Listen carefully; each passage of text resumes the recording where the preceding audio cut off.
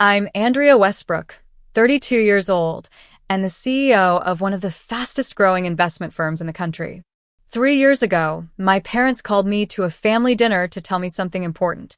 We gave your $3 million trust to your brother Maxwell. He deserves it more than you, Mom announced casually between sips of wine. Today, they're sitting in my lobby with Maxwell, anxiously waiting to meet the mysterious Ms. Andrea, CEO of Phoenix Holdings, who's about to acquire their failing family business. They have absolutely no idea it's me. Before I dive into this wild story, I'd love to know where you're watching from. Drop your location in the comments below. If this sounds like the kind of family drama you're here for, hit that like button and subscribe to catch more stories about standing up for yourself. Now, let me take you back to where it all began. Growing up as a Westbrook meant something in our community.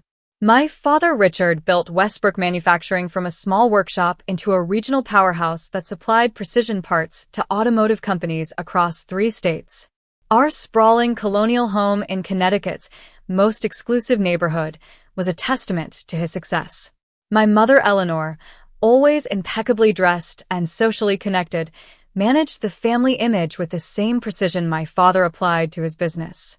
From my earliest memories, I knew my place in the family hierarchy. Despite consistently bringing home perfect report cards, winning academic competitions, and demonstrating a natural talent for mathematics and business strategy, my achievements were acknowledged with brief nods rather than celebration. "That's what we expect from you, Andrea," my father would say, barely looking up from his newspaper.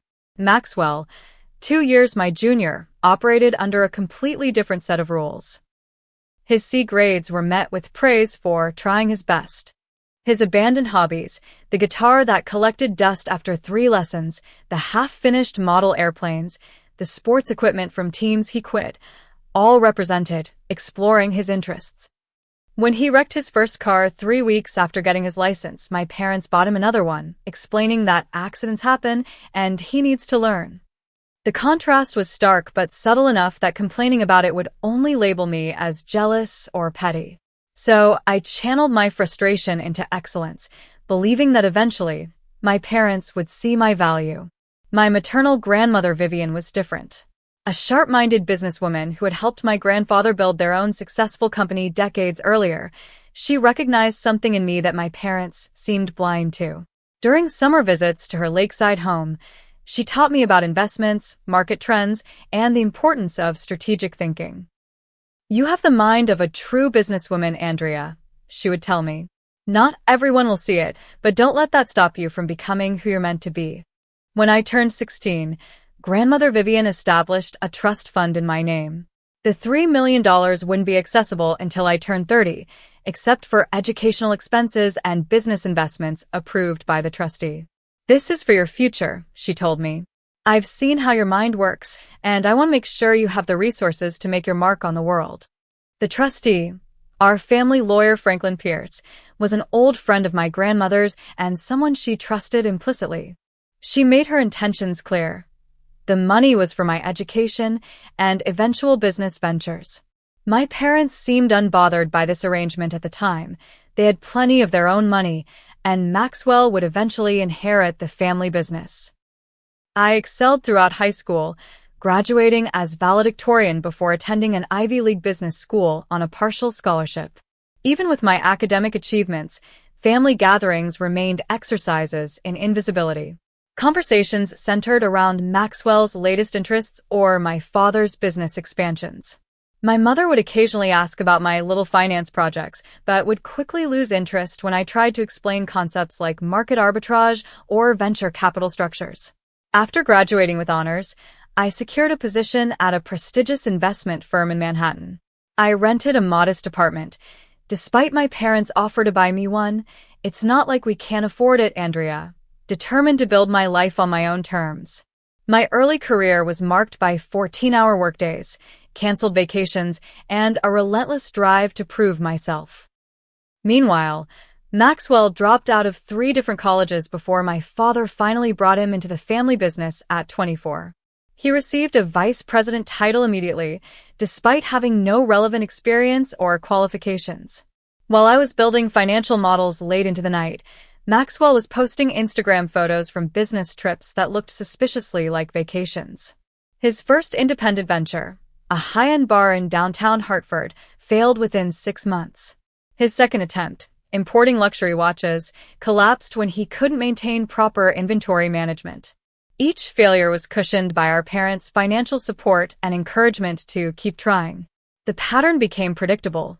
Maxwell would start something, lose interest or mismanage it, and my parents would cover the losses while praising his entrepreneurial spirit. During this time, I maintained a cordial but increasingly distant relationship with my family. Holiday visits became shorter, phone calls more perfunctory. I was building my own path, and it diverged further from the Westbrook family narrative with each passing year. By the time I was 29, I had risen to senior management at my firm and had built a solid reputation for identifying undervalued opportunities. I maintained regular contact with Franklin Pierce about my trust fund, discussing plans for using it once it became available to me. I had already mapped out a business plan for my own investment firm, focusing on revitalizing struggling but fundamentally sound companies. The trust was set to transfer to my control in just a few months, on my 30th birthday. Everything was proceeding according to plan, until that fateful dinner that would change everything. The invitation to dinner at my parents' home came with unusual insistence. "We need to discuss something important as a family," my mother said, her voice carrying that distinctive tone that brooked no argument. I had been planning to spend the weekend finalizing my business proposal, the culmination of years of planning that would launch my independent career using my trust fund, but I reluctantly agreed to attend. The Westbrook family estate looked the same as always when I pulled into the circular driveway that spring evening. The meticulous landscaping, the imposing facade, the warm lights that suggested a welcoming family home, all a perfect exterior masking the complicated dynamics within. Maxwell's Porsche was already parked near the entrance. Of course he would arrive before me, I thought. He lived only 15 minutes away in the downtown condo our parents had purchased for him after his second business failure. He claimed it was to be closer to the office, though his sporadic appearances at Westbrook Manufacturing hardly justified the prime real estate. My mother greeted me with her customary air kiss, commenting on my practical pantsuit as though it were a quaint eccentricity rather than the standard attire of a finance professional. My father offered a brief hug before returning to pouring drinks in the living room. Maxwell lounged on the sofa, scrolling through his phone, barely acknowledging my arrival. Dinner progressed with the usual small talk. My father discussed recent contract negotiations. My mother detailed plans for her garden charity event. Maxwell talked at length about his newest business idea, an exclusive members-only club that would revolutionize networking. I offered insights about market trends affecting manufacturing industries like my father's, which received polite nods before the conversation shifted back to Maxwell's plans. It wasn't until dessert was served that my mother cleared her throat and exchanged a loaded glance with my father. "Andrea, we've made an important family decision that affects you," she began. Something in her tone made me set down my fork. "As you know, Maxwell has had some challenges with his ventures, despite his tremendous potential," she continued. "And he's recently come to us with an excellent business proposal that could truly establish him independently." My father nodded. "Son has real vision this time. Just needs proper capital to make it work." I glanced at Maxwell, who was studying his dessert with unusual intensity. "The thing is," my mother said, her voice carefully modulated, "Maxwell needs significant startup capital. And with the current banking climate, taking on additional debt isn't prudent for the family." A cold sensation began spreading through my chest as I began to understand where this was heading.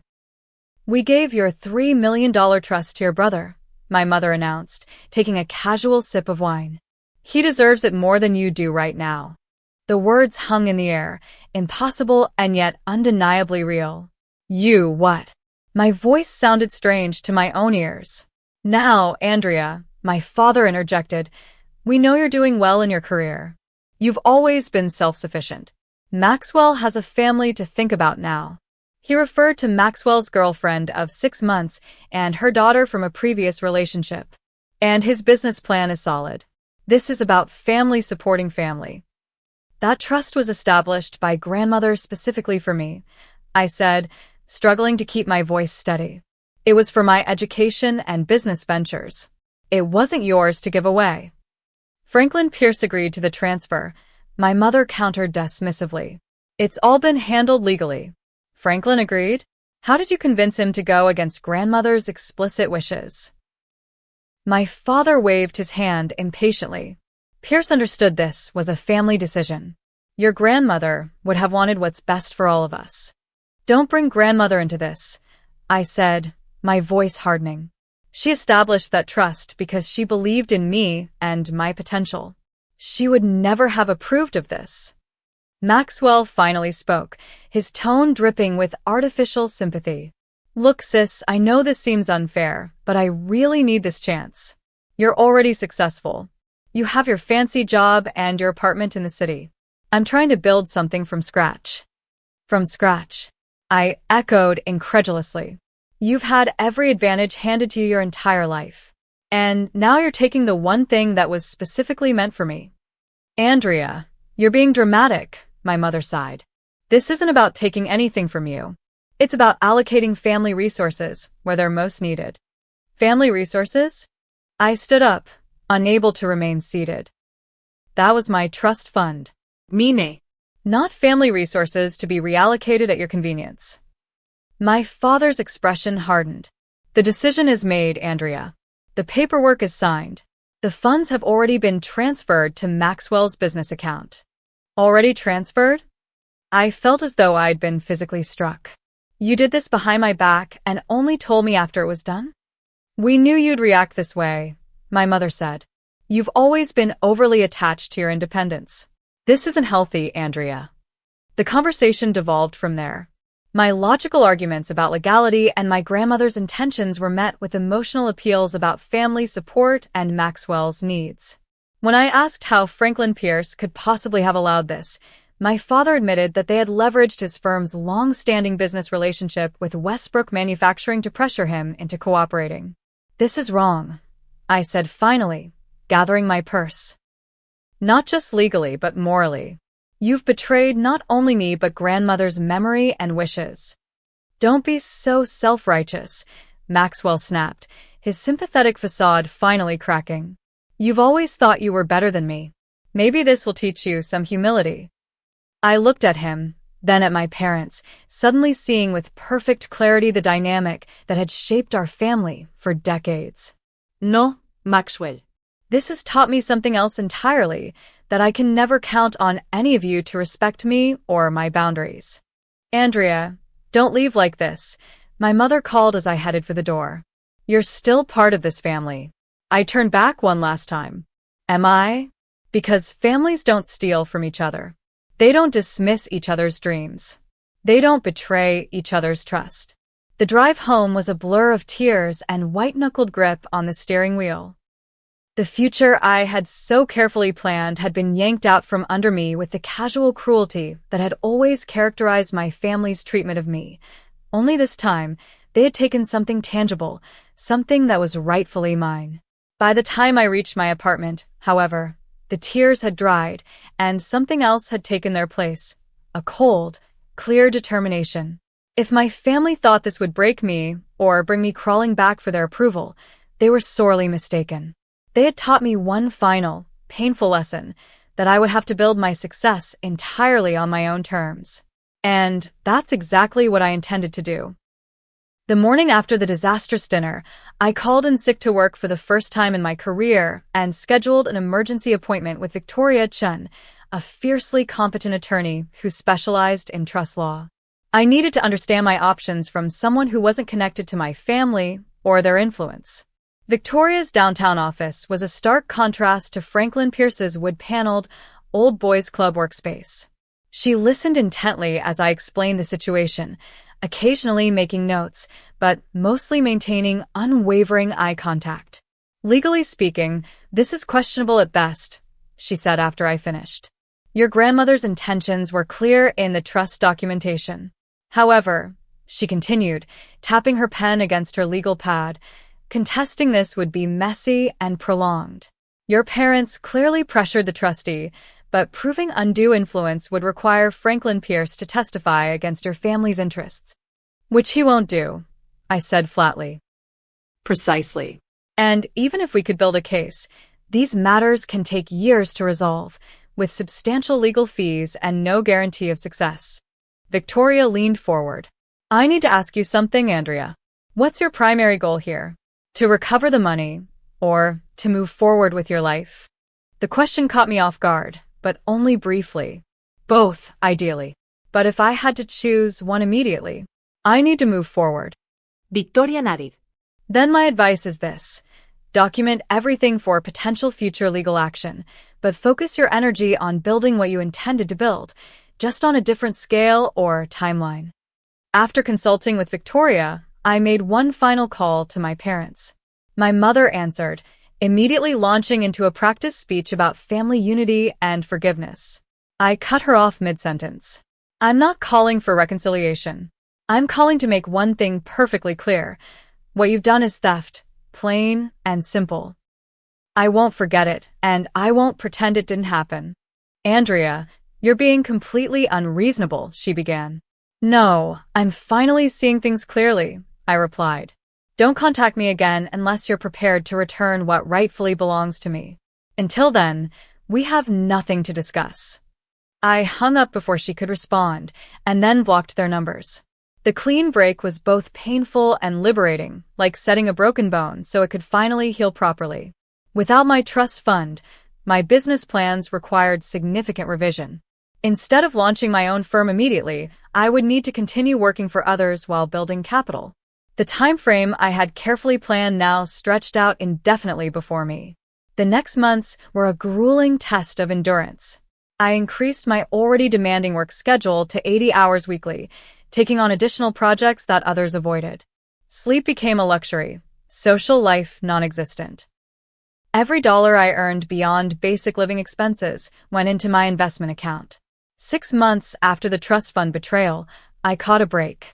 A senior portfolio manager at my firm, Sophia Martinez, noticed my exceptional performance and requested me for a special project.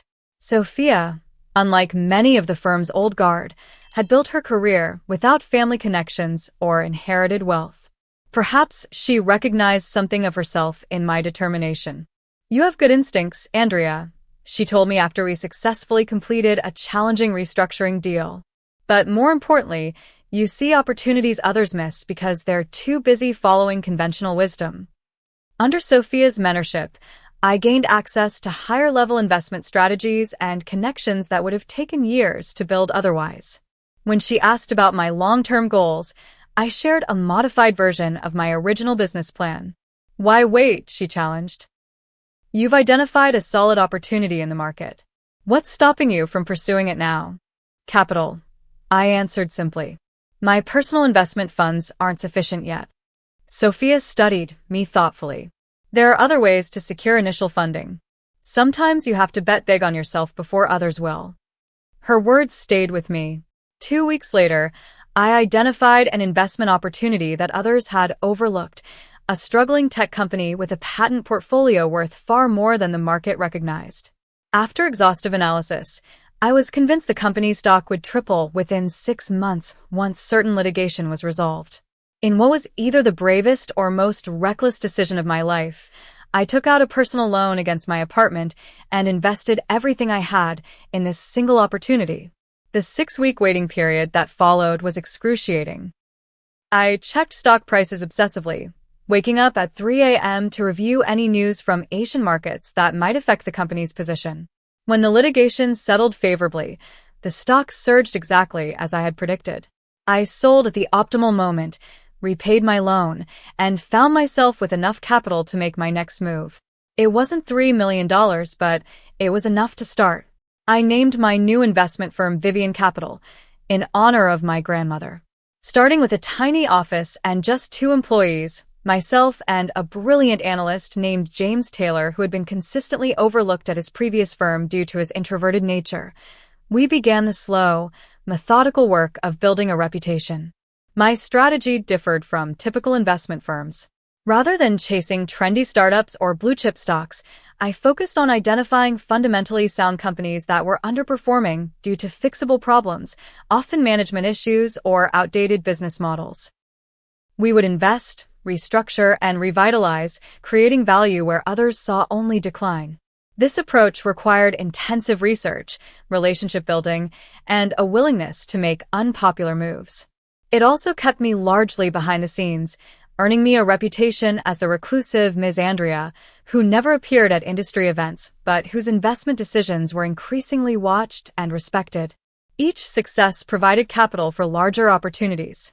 I hired selectively, focusing on talented individuals who, like James, had been underestimated or overlooked. Rachel Williams joined as our legal counsel after being passed over for partnership at her law firm despite outperforming her male colleagues. Dominic Alvarez came aboard as operations director after a larger firm failed to recognize his innovative process improvements. By year 3, Vivian Capital had grown from a tiny startup to a respected boutique firm managing over $200 million in assets. I had moved out of my small apartment into a penthouse with views of Central Park, not for the status, but for the daily reminder of how far I'd come through my own efforts. I maintained my policy of privacy, declining interviews and sending representatives to industry functions. Few people knew the face behind Vivian Capital's success, which suited me perfectly. I had no interest in celebrity, only in results. It was during a routine market research session that I first noticed the concerning reports about Westbrook Manufacturing. Revenue had declined for 3 consecutive quarters. Major contracts were not being renewed. Industry analysts cited management instability and quality control issues. Further investigation revealed that my father had semi-retired 2 years earlier, turning day-to-day operations over to Maxwell. Since then, the company had lost market share steadily, while expenses, particularly executive compensation and business development costs, had increased dramatically. An anonymous employee review caught my attention. New management spends more time on golf courses than factory floors. Quality issues ignored until major clients complain. Dedicated employees being laid off while executives get bonuses. The pieces fell into place. Maxwell had evidently burned through my trust fund with his failed venture and was now running our family's once respected company into the ground. My father, too proud to retake control, was watching his legacy crumble. For a moment, I felt a vindictive satisfaction. They were reaping what they had sown. But that feeling quickly gave way to a more complex realization. Westbrook Manufacturing employed hundreds of people who depended on those jobs. The company's decline wasn't just my family's problem, it affected an entire community. And suddenly, I knew exactly what my next investment would be. Westbrook Manufacturing. James Taylor raised an eyebrow when I laid the company profile on the conference table. Isn't that my family's company? Yes, I confirmed, addressing the executive team gathered in our sleek Manhattan office. Which is precisely why this acquisition would need to be handled differently than our usual investments. Rachel Williams, our legal counsel, was already flipping through the financial reports I'd provided.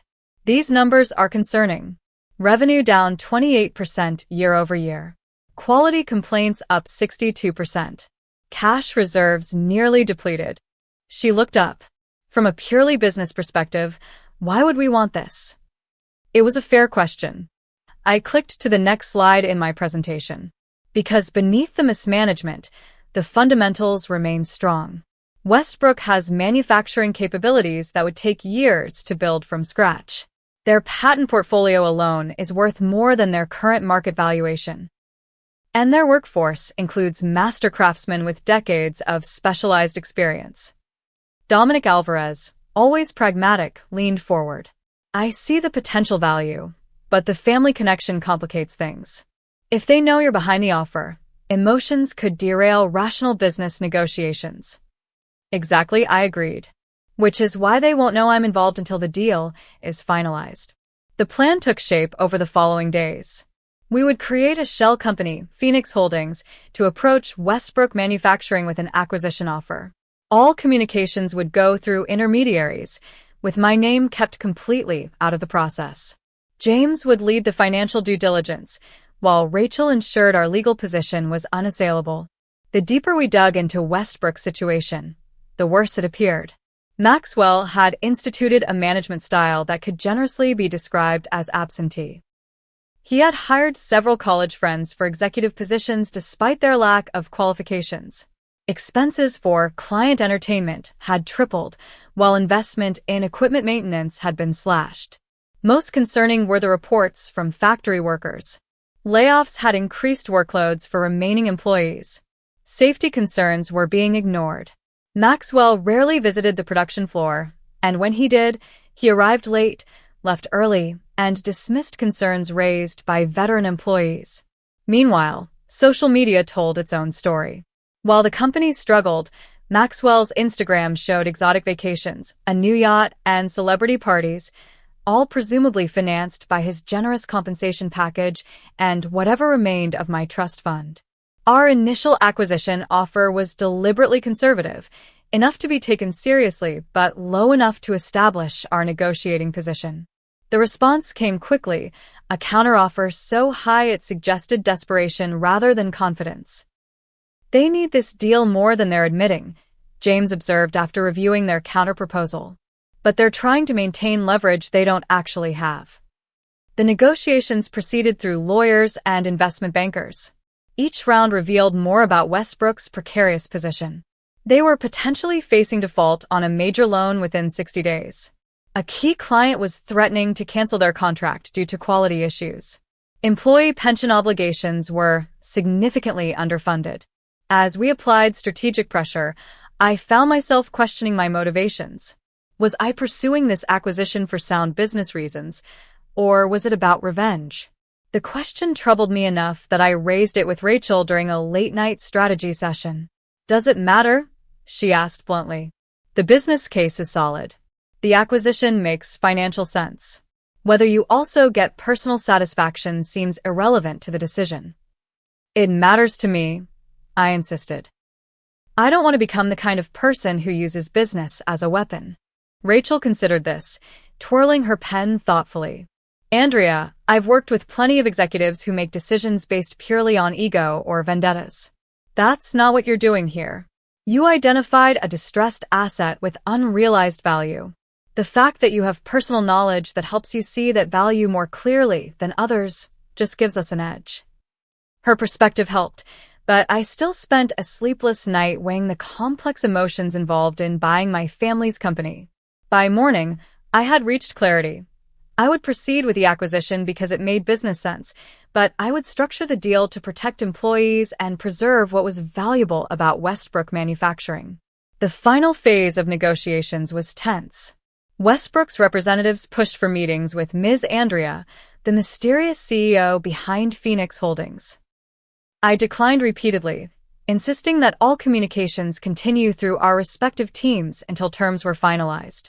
Behind the scenes, I prepared meticulously for the eventual revelation. I reviewed restructuring plans with James, ensuring they were both profitable and ethical. I worked with Dominic on communication strategies for Westbrook employees. I even rehearsed what I would say to my family when the moment came. As we approached the final agreement, rumors spread through industry channels about the reclusive investor who was acquiring Westbrook Manufacturing. My parents' lawyer made increasingly urgent requests for a face-to-face meeting before signing.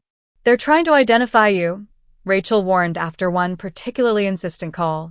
"Someone might have connected the dots between Vivian Capital and Phoenix Holdings." "Let them speculate," I replied. "We're too close to completion to change course now." Finally, we reached terms that satisfied both parties' requirements, or more accurately, terms that Westbrook had no choice but to accept given their financial situation. The agreement protected jobs for rank-and-file employees while removing current executive management. The Westbrook family would receive fair compensation for their shares, but would have no ongoing role in company operations. All that remained was the final meeting to sign the acquisition documents, and the moment when my family would discover exactly who had purchased their company. "Are you ready for this?" Sophia Martinez asked when I called her the night before the meeting. My mentor had watched Vivian Capital's growth with pride, offering occasional guidance, but always respecting my independence. I've been preparing for 3 years, I answered, though probably not in the way they think. Just remember, Sophia advised, tomorrow isn't about the past. It's about the future you're building. Don't let old wounds distract you from the business at hand. I promised I wouldn't, though we both knew the meeting would inevitably be emotional. After hanging up, I stood at my penthouse window, looking out at the city lights. Tomorrow would bring the culmination of a journey that had begun with betrayal but had forced me to become stronger, smarter, and more resilient than I might have been otherwise. Whatever happened in that boardroom, I would face it not as the daughter who had been betrayed, but as the CEO who had built something remarkable through her own efforts. The morning of the final acquisition meeting dawned clear and bright, sunlight streaming through the floor-to-ceiling windows of my penthouse. I had been awake since 4 a.m., reviewing documents and mentally preparing for the confrontation to come. My morning routine took on a ceremonial quality, selecting a perfectly tailored charcoal suit, applying makeup with precision, arranging my hair in a sleek chignon. Each action was deliberate, armor being assembled piece by piece.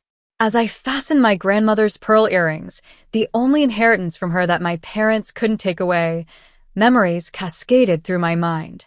The 16-year-old girl beaming as Grandmother Vivian explained the trust fund and its purpose. The devastated 30-year-old learning that her family had betrayed that trust. The determined woman who had built something from nothing in the years since. They wanted to teach me humility, I murmured to my reflection. Instead, they taught me self-reliance. My phone buzzed with a text from James. Final acquisition documents reviewed and approved by legal. All systems go. Another notification appeared, an Instagram alert I'd set for Maxwell's account. His latest post showed him standing beside a new sports car with a caption, "Last ride in the Lamborghini before big corporate meeting. #blessed, #entrepreneur life." The irony was almost too perfect. While the company foundered, he was still playing the role of successful executive. I wondered if he had any idea what awaited him in today's meeting. During the car ride to the office, I scrolled through old emails from my parents. After I cut contact 3 years ago, they had sent periodic messages, first demanding, then cajoling, finally pleading for reconciliation. Their most recent attempt had come just last week. "Andrea, please respond. We're facing difficult times with the company. Your father is stressed beyond his limits. Maxwell is doing his best, but we could use your financial expertise. Family needs to stand together in challenging times. Love, Mom." No acknowledgement of what they had done. No apology. Just an expectation that I would come running when they needed me, despite having discarded me when I no longer served their narrative. The Vivian Capital offices were already buzzing with activity when I arrived. Dominic approached immediately, tablet in hand. "They're here already," he reported. "Arrived 20 minutes early. I've put them in the Maple conference room with coffee and pastries." "They're early because they're nervous," I noted. "What's your read on them?" Dominic, with his remarkable talent for assessing people, had been my eyes and ears during preliminary meetings with Westbrook representatives. "Your father looks ill, pale, shaky hands. Your mother is maintaining appearances, but keeps checking her makeup, a nervous habit. Maxwell is alternating between checking his phone and pacing. None of them are speaking much to each other." "Security feed?" I asked. Dominic nodded and handed me his tablet. The high-definition security camera showed the conference room where my family waited. My father, Richard, looked significantly older than when I'd last seen him, his confident posture replaced by a slight stoop. My mother, Eleanor, sat rigidly, her social smile nowhere in evidence. Maxwell kept adjusting his tie, clearly uncomfortable in formal business attire. As I watched, my mother leaned toward my father and whispered something. Though there was no audio, her agitation was clear from her gestures. "What if it's someone who knows about the trust fund situation?" I could almost hear her saying, "What if they use it against us?" My father shook his head dismissively, but his expression betrayed uncertainty. Maxwell checked his watch for the third time in as many minutes. "The whole team is ready when you are," Dominic said, reclaiming his tablet. James has the financial presentations prepared. Rachel has the final documents organized for signatures. And security? 2 plainclothes officers in the reception area, as requested. Just a precaution. Dominic hesitated. Andrea, are you sure you want to do this alone? I could accompany you for the initial meeting. I appreciated his concern, but shook my head. This is something I need to do myself. Have the team ready to join us 30 minutes in after the initial introductions. In my office, I took a moment to center myself. On my desk sat a photo of my grandmother Vivian, the only personal item I displayed at work. I wish you could see this, I told her image. Not the revenge part, you were always above that. But the business I've built, the people I've helped succeed. I think you'd be proud. My desk phone buzzed. MS. Westbrook, your 10 a.m. is waiting in the Maple conference room, my assistant's voice announced. Thank you, Clara. Please inform Mr. Taylor and the team to join us at 10:30. Before leaving my office, I received a final text from Sophia. Remember who you are today, not who they tried to make you. The walk to the conference room felt both endless and too brief. Each step took me closer to a confrontation 3 years in the making. My heels clicked rhythmically on the polished floor, keeping time with my heartbeat. Outside the conference room, I paused. Through the frosted glass, I could see the silhouettes of my family, still waiting to meet the mysterious Ms. Andrea, who held their company's fate in her hands. Dominic appeared at my side one last time. Everything is in place, he assured me. Whatever happens in there, you've already won. I nodded, drawing strength from his confidence in me. It's time, I said, and reached for the door handle. I opened the door deliberately, striding into the room with measured steps. For 3 seconds, I counted them silently. No one recognized me. They saw only a confident executive in an impeccable suit, the presumed representative of Phoenix Holdings. My mother spoke first. We were expecting to meet with Ms. Andrea. Her voice trailed off as recognition dawned in her eyes. Andrea? My father half rose from his chair, his face draining of color. What is the meaning of this? Maxwell simply stared, his mouth slightly open, comprehension slowly replacing confusion.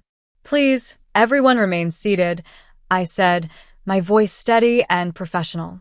I am Andrea Westbrook, CEO of Vivian Capital and Phoenix Holdings. I placed my portfolio on the table and sat at the head position, my rightful place. I believe we have an acquisition to finalize. The silence that followed was thick enough to cut.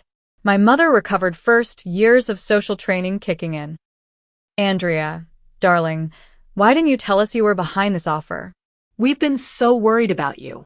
No contact for years, and now this surprise. This isn't a family reunion, Mother, I replied coolly. This is a business meeting. Phoenix Holdings is acquiring Westbrook Manufacturing according to the terms your representatives have already agreed to. My father found his voice, anger overriding shock. This is outrageous. You've manipulated this entire process. No judge would uphold an agreement made under these circumstances. Rachel had anticipated this reaction. I removed a document from my portfolio and slid it across the table. This legal opinion from Judge Carlton Morrison disagrees. As you can see, he confirms that all negotiations have been conducted in good faith, with full disclosure of material facts about the company's condition. The fact that you didn't know my identity doesn't invalidate the agreement. You've orchestrated this whole thing for revenge, Maxwell accused, his face flushing. This isn't business, it's personal. I maintained my composure, though his hypocrisy was breathtaking. On the contrary, this acquisition makes perfect business sense. Westbrook Manufacturing has valuable assets being squandered by incompetent management. Phoenix Holdings specializes in turning around such situations. I opened my laptop and turned it to face them. Let's review exactly what we're acquiring, shall we? The presentation I had prepared was devastating in its clinical precision. Slide after slide documented Westbrook's decline under Maxwell's leadership, plummeting quality metrics, lost contracts, ballooning executive expenses, and declining employee morale. Stop this, my mother interrupted, her carefully maintained facade cracking. We get the point. Mistakes were made. Mistakes? I echoed. Is that what you call it when safety violations increased 76% under Maxwell's management? When pension funds were borrowed against to finance executive bonuses? When loyal employees who built this company were laid off while leadership purchased luxury vehicles? My father, ever the pragmatist, changed tactics. Andrea, clearly you've built something impressive. We underestimated you, and that was wrong. But this is still a family business. Surely we can come to an arrangement that keeps Westbrook under family control. The time for family arrangements passed 3 years ago, I replied evenly. But if you're concerned about the company's future, let me assure you that our restructuring plan preserves jobs for rank-and-file employees and maintains the Westbrook name on the products. Maxwell had been unusually quiet, studying my presentation with growing discomfort. When he finally spoke, his voice lacked its usual bravado. The trust fund money. You think I wasted it all? Didn't you? I asked simply. He looked down at his hands. Most of it. The club failed before it even opened. I tried to recover with some investments, but they didn't pan out. The rest went to keeping up appearances, making everyone think I was succeeding. My mother reached for his hand sympathetically. Maxwell was under tremendous pressure to perform. We all were. And yet you placed that burden on him after taking away my opportunity, I noted. You set him up to fail by giving him something he hadn't earned and wasn't prepared to manage. My father, ever protective of Maxwell, bristled. We made the decision we thought was best at the time. Maxwell had tangible needs. You were already successful. I was building toward something specific. I corrected him. The trust fund wasn't about need. It was about opportunity. Grandmother established it for my education and business ventures because she saw my potential.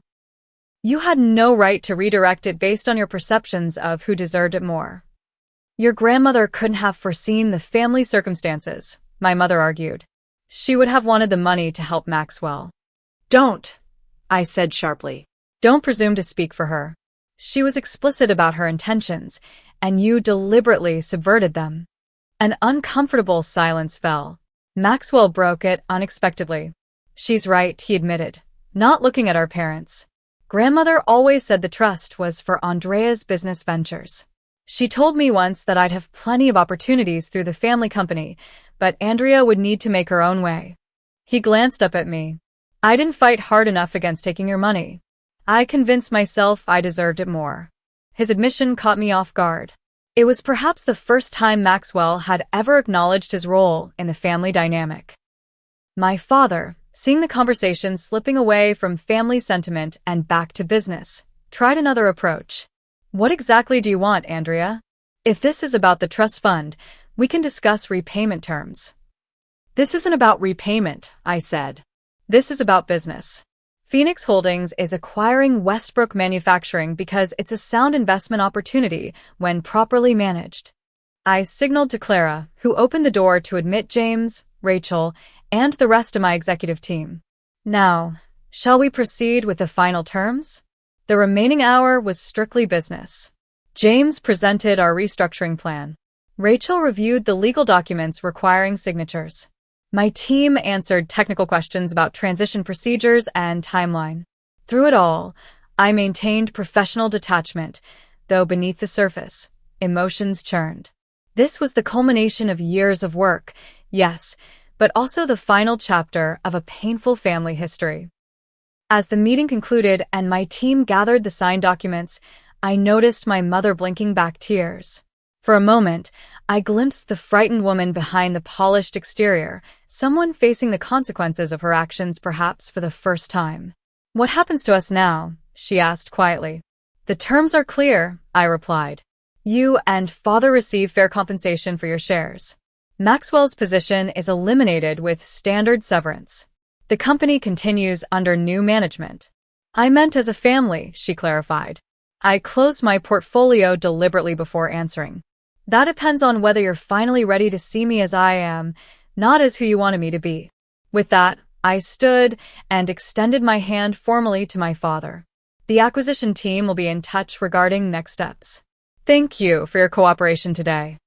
As they gathered their belongings to leave, Maxwell paused beside me. "For what it's worth," he said softly, "you proved them wrong. About everything." I nodded acknowledgement, but offered nothing more. The time for family dynamics was past. We had become what they had made us. Maxwell, the entitled son who had never learned to stand on his own. Me, the daughter who had been forced to build herself from scratch. The difference was, only one of us had succeeded. The conference room emptied as my executive team filed out with the signed acquisition documents, leaving me alone with my family for the first time in 3 years. The formal business concluded. We stood in awkward silence, the weight of both past and future hanging between us. My father was the first to speak. "I need to know," he said, his voice uncharacteristically subdued. Was this all about revenge? I considered the question carefully before answering. No. It's about business, legacy, and setting things right, not just for me, but for all the employees whose livelihoods were at stake. "We never meant to hurt you, Andrea," my mother said, reaching toward me but stopping short of actual contact. "We thought we were making the right decision for everyone." "That's the problem," I replied. "You made decisions about my life, my future, my inheritance without considering what I wanted or needed. You decided Maxwell deserved my trust fund more than I did, without any regard for grandmother's wishes or my plans." "We were wrong," my father admitted, the words clearly difficult for him. "About the trust fund, about your capabilities, about so many things. I was so focused on protecting Maxwell that I never saw how much I was hurting you." Maxwell, standing slightly apart, added, "I should have refused the money. Deep down, I knew it wasn't right, but I was desperate to prove myself, to live up to Dad's expectations." "And how did that work out?" I asked, not unkindly. He shook his head ruefully. "I failed. Spectacularly. Everything I touched fell apart, including the company. Because you were trying to be something you're not," I observed. "Just as I was always trying to be what our parents wanted, instead of who I actually am." My mother dabbed at her eyes with a tissue. "Can you ever forgive us?" The question hung in the air between us. 3 years ago, I would have said no without hesitation. Now, with the perspective of success and the confidence it had brought, I could see my parents more clearly, not as the infallible authorities of my childhood, but as flawed individuals who had made serious mistakes. "Forgiveness is possible," I said finally. "But trust has to be earned back. You broke something fundamental between us, and it can't be repaired with just an apology." "What can we do?" my father asked. "Accept the consequences of your actions. Respect the boundaries I set. And perhaps most importantly, see me for who I actually am, not who you wanted me to be." They nodded solemnly, and for perhaps the first time, I felt they were truly listening to me. After my family left, I scheduled individual meetings with them over the coming weeks. My conversation with Maxwell was surprisingly productive. Without our parents' influence, he spoke candidly about his struggles and failures. "I never wanted to run the company," he confessed. "I wanted to work in music production, but Dad made it clear that wasn't an option for a Westbrook." "What will you do now?" I asked. "Start over. Properly this time. No safety nets, no family name to trade on." He hesitated. "I may need some advice along the way." "I'm not giving you money," I clarified immediately. He laughed, a genuine sound I hadn't heard from him in years. "No, I meant actual advice. About building something real. You seem to know how to do that." The implementation of our restructuring plan for Westbrook Manufacturing began immediately. I appointed James Taylor as interim CEO to oversee the transition, with a mandate to preserve jobs while improving efficiency and quality control. 2 weeks after the acquisition, I visited the factory floor myself. The employees had been informed about the change in ownership, but were understandably anxious about what it meant for their futures. I stood before them, not as Richard Westbrook's daughter, but as the CEO of the company that now controlled their livelihoods. "I know many of you have worked here for decades," I began. "You've built this company with your skill and dedication, often despite challenges from management. I want you to know that Westbrook's future depends on your expertise, and our restructuring plan puts your job security as a priority. An older worker raised his hand. With respect, Ms. Westbrook, we've heard promises before. Maxwell told us our jobs were secure right before laying off 20% of the floor staff. A fair concern, I acknowledged. Which is why I'm not asking you to take my word for it. The detailed restructuring plan is available for all employees to review. It includes modernization of equipment, skills training programs, and a profit-sharing structure that wasn't possible under previous management. By the end of the meeting, the tension had noticeably eased. These were practical people who responded to straightforward communication and concrete plans, something they had been deprived of under Maxwell's leadership. As I was leaving, an elderly craftsman approached me. "You remind me of your grandmother," he said. "She used to visit the floor regularly when your grandfather was running things. Always asked good questions, always remembered our names." The comparison to Vivian meant more to me than he could know. "Thank you," I said sincerely. "That's the highest compliment you could give me." In the months that followed, I maintained limited contact with my parents. Our relationship remained formal but cordial, like business associates, with a complicated history rather than family. My father, after his initial anger subsided, grudgingly acknowledged the improvements we were making to the company he had built. "The quality metrics are better than they've been in 5 years, he admitted during one of our quarterly update meetings. "You've managed to cut costs while increasing worker satisfaction. I wouldn't have thought that possible." "It's about priorities," I explained.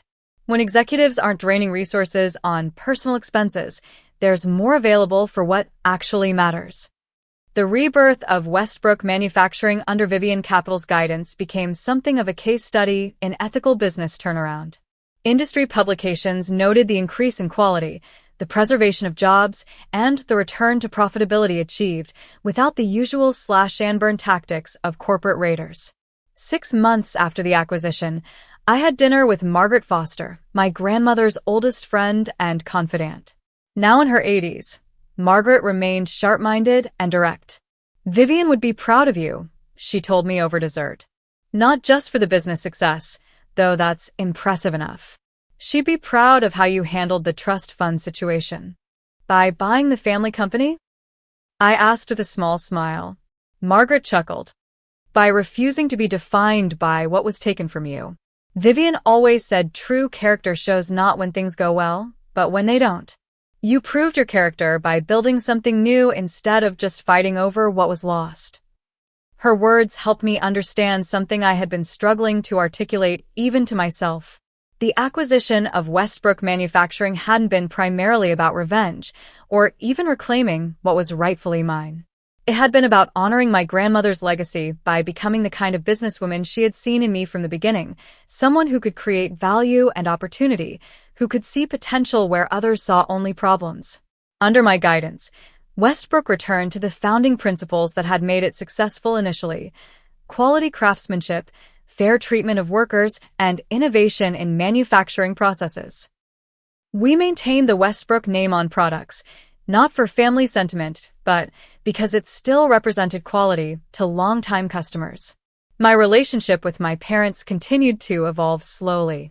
After a year, we managed occasional family dinners that, while not entirely comfortable, were at least civil.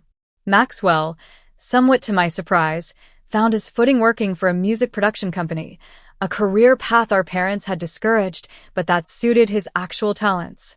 "Are you happy?" my mother asked during one of these dinners, studying me with newfound attentiveness. The question gave me pause.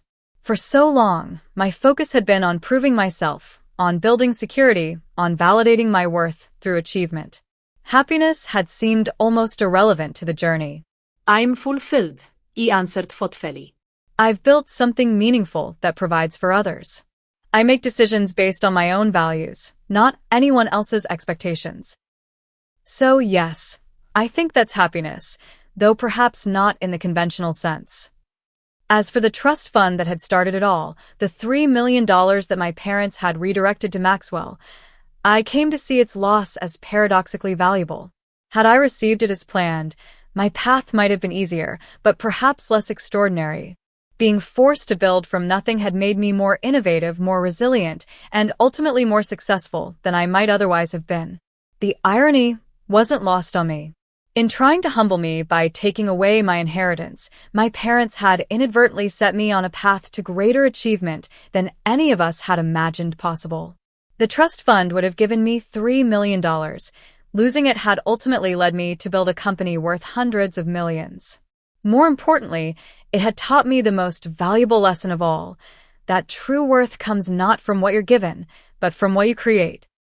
Not from others' validation, but from your own determination to succeed on your own terms. Standing in my office overlooking the city, watching the lights come on as dusk settled over the skyline, I felt a profound sense of peace. The journey from betrayed daughter to successful CEO had been painful and challenging, but it had shaped me into someone stronger and wiser than I would have been otherwise. Sometimes the greatest gift is being forced to discover just how capable you truly are, especially when, those who should believe in you the most are the ones who doubt you. Have you ever had someone underestimate you, only to prove them wrong in a spectacular way? Or have you experienced a setback that ultimately led to greater success? Share your story in the comments below. I'd love to hear how you turned adversity into triumph. If this story resonated with you, please hit that like button and subscribe for more tales of resilience and success against the odds. Remember, sometimes losing what you thought you needed is the first step to finding what you're truly capable of achieving. Thank you for joining me on this journey, and may your own path be filled with the strength to overcome whatever challenges come your way.